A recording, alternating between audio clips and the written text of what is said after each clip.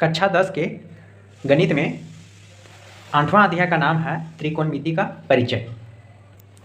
इस वीडियो में हम प्रश्न को सॉल्व नहीं करेंगे, केवल थ्योरी को समझेंगे।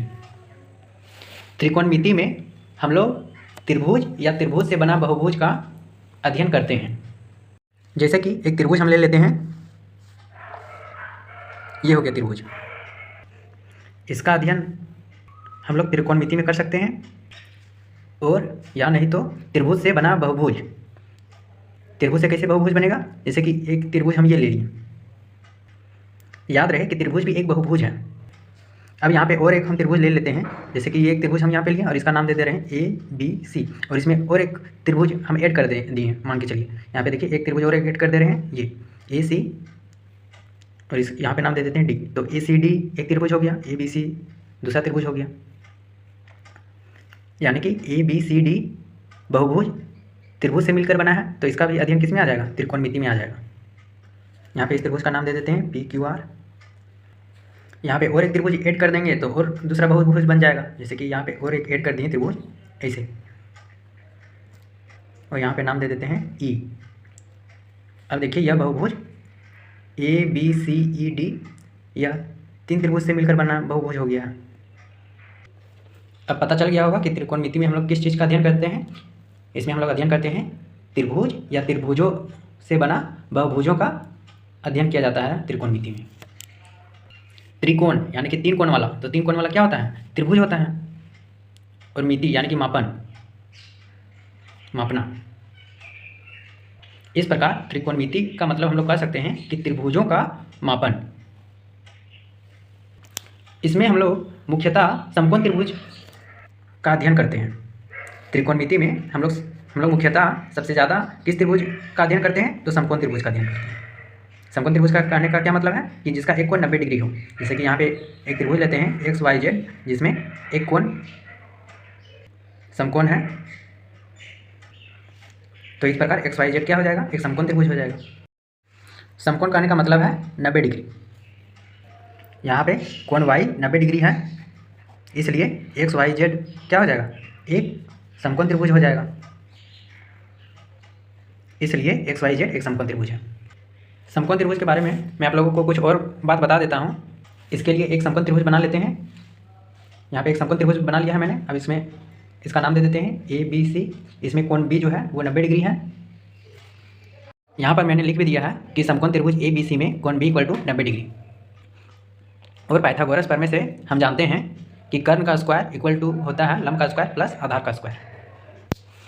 यहाँ पे कर्ण कौन वाला है? तो किसी भी समकोण त्रिभुज में कर्ण होता है 90 डिग्री का कोण का सम्मुख भुजा। तो 90 डिग्री यहाँ है, इसका सम्मुख भुजा कौन हो गया? AC हो गया। तो AC इस समकोण का क्या हो गया? कर्ण हो गया, जिसको इंग्लिश में हाइपोटेन्यूस कहते हैं, यानी कि इसको हम H से डिनोट कर देते हैं। अब इस समकोण त्रिभुज में लंब कौन वाला है और आधार कौन वाला है? तो इसके लिए बाकी जो 2 कोण शेष रह गया है उसके रिस्पेक्ट में लंब और आधार डिसाइड होता है। जैसे कि हम कोण C को थीटा माने तो BC आधार हो जाएगा और AB लंब हो जाएगा। लेकिन जब हम कोण A को थीटा मानते हैं तब AB लंब हो जाएगा और BC आधार हो जाएगा और BC लंब हो जाएगा। यानी कि थीटा के अकॉर्डिंग लंब और आधार दोनों बदलेगा।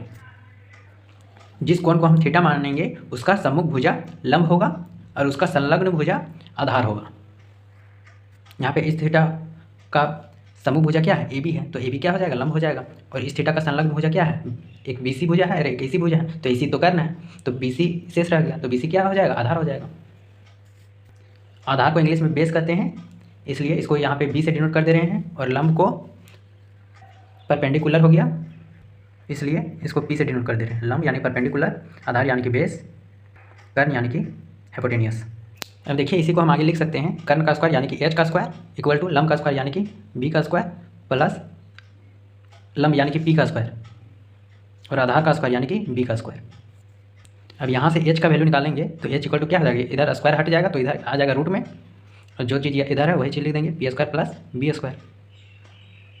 इसी प्रकार यदि हम P का वैल्यू निकालें तो P इक्वल टू आ जाएगा √H² माइनस बी स्क्वायर हो जाएगा। और ठीक इसी प्रकार यदि हम बी का वैल्यू निकालें तो बी इक्वल टू हो जाएगा root H square minus P square. अब हम समझेंगे त्रिकोणमितीय अनुपात, जिसको इंग्लिश में कहा जाता है ट्रिगोनोमेट्रिक फंक्शन। यह दो भुजाओं का अनुपात होता है। जैसे लंब और कर्ण का अनुपात एक त्रिकोणमितीय अनुपात हो गया, आधार और कर्ण का अनुपात दूसरा त्रिकोणमितीय अनुपात हो गया। इसी प्रकार टोटल 6 त्रिकोणमितीय अनुपात होता है। मैं यहाँ पे उसको लिख दे रहा हूँ। एक हो गया P बटा H यानी कि लंब बटा कर्ण, दूसरा हो जाएगा B बटा H यानी कि आधार बटा कर्ण, तीसरा हो जाएगा P बटा B यानी कि लंब अनुपात आधार, और 3 इसका उल्टा हो जाएगा यानी कि H अनुपात P हो जाएगा। चौथा में 5वां हो जाएगा H अनुपात B, और छठा में हो जाएगा B अनुपात P। और इसी चीज़ को यहाँ पे कुछ नाम दे दिया जाता है, जैसे कि P बटा H इसको नाम दे दिया जाता है साइन थीटा, B बटा H को नाम दे दिया जाता है कोस थीटा, और P बटा B को नाम दे दिया जाता है टेन थीटा। यहाँ पे जो त्रिभुज है उसको हम आगे यहाँ पे बना देते हैं ताकि समझने में और आसानी होगा। अब यहाँ पे H बटा P यानी कि H अनुपात P को नाम दे दिया जाता है कोसेक थीटा, H बटा B को नाम दे दिया जाता है सेक थीटा, और B बटा P को नाम दे दिया जाता है कोट थीटा। यही 6 अनुपात क्या हो गया, त्रिकोणमितीय अनुपात है। अब इस त्रिभुज में, इस समकोण त्रिभुज में हम साइन थीटा लिखेंगे तो कैसे लिखेंगे? साइन थीटा इक्वल टू क्या होता है? P बटा H यानी कि लंब बटा कर्ण। तो मैंने आप लोगों को पहले ही बताया था कि लंब और आधार थीटा के अकॉर्डिंग बदलते रहता है। यदि थीटा यहाँ पर है तो लंब इस थीटा का सम्मुख भुजा हो जाएगा लंब, और इसका संलग्न भुजा क्या हो जाएगा, आधार हो जाएगा। और लेकिन जब थीटा यहाँ आ जाएगा, इस कोण को हम थीटा लेंगे, तब इसका सम्मुख कोण BC लंब हो जाएगा, और इस थीटा का संलग्न भुजा AB आधार बन जाएगा। तो इस समय थीटा यहाँ पर है, और इस समय इसका सम्मुख भुजा क्या है, AB है, जो कि लंब है। सबसे पहले हम यहाँ पे लिख देते हैं साइन थीटा इक्वल टू क्या चीज़ होता है, P बटा H होता है, और यहाँ पे P क्या है, थीटा का सम्मुख भुजा है, यानी कि कोण थीटा का सम्मुख भुजा हो जाएगा बटा H। कर्ण तो किसी भी स्थिति में वही रहता है, तो इसकी जगह पर लिख देंगे कर्ण। अब इसको आगे हम लिख सकते हैं, कोण थीटा का सम्मुख भुजा क्या है, AB है, तो यहाँ पे लिख देंगे AB बटा कर्ण। कर्ण क्या है, AC है, AC यानी कि यहाँ पे साइन थीटा क्या है, साइन थीटा इक्वल टू हम लिख सकते हैं AB बटा AC। अब इसी प्रकार कोस थीटा यहाँ पे लिखना चाहें तो कोस थीटा क्या होता है, कोस थीटा होता है B बटा H, B यानी कि आधार। तो यहाँ पे आधार कौन सी है, आधार है BC, जो कि थीटा का संलग्न भुजा है, यानी कि एडजेसेंट साइड है। इसलिए B की जगह पर हम लिख सकते हैं कोण थीटा का संलग्न भुजा बटा H, जो यानी कि कर्ण, इक्वल टू कोण थीटा का संलग्न भुजा क्या है, BC है, बटा में कर्ण, कर्ण क्या है, AC है। यदि इसको इंग्लिश में लिखना चाहें तो लिख सकते हैं इसको साइड अपोजिट बटा हाइपोटेनियस, और इसमें लिख सकते हैं साइड एडजेसेंट बटा हाइपोटेनियस।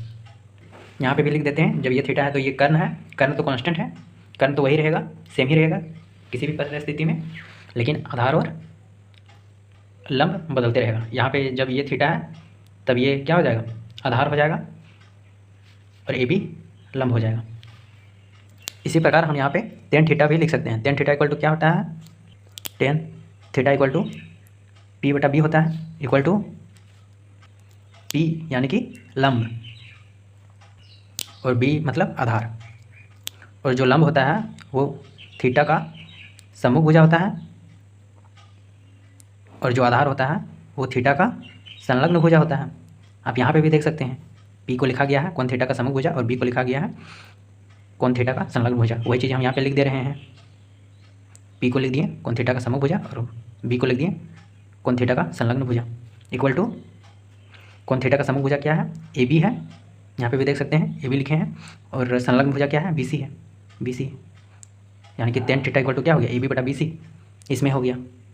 अब साइन थीटा का अपोजिट होता है कोसेक थीटा। कोसेक थीटा क्या होता है, H बटा P होता है, यानी कि जब sine theta equal to AB बटा AC है तो कोसेक थीटा क्या हो जाएगा, AC बटा AB हो जाएगा। इसका भी उल्टा हो जाएगा, ए बी बटा इसी था तो इसी बटा ए बी हो जाएगा कोसेक थीटा में। उसी प्रकार कोस थीटा का उल्टा होता है सेक थीटा, और कोस थीटा होता है बी बटा एच, और इसका उल्टा करेंगे तो एच बटा बी हो जाएगा, इक्वल टू यहाँ पे बी सी बटा ए सी है तो ए सी बटा बी सी हो जाएगा। यही चीज़ हो जाएगा सेक थीटा। अब यदि कोट थीटा निकालना है तो कोट थीटा क्या होता है, टेन थीटा का उल्टा होता है।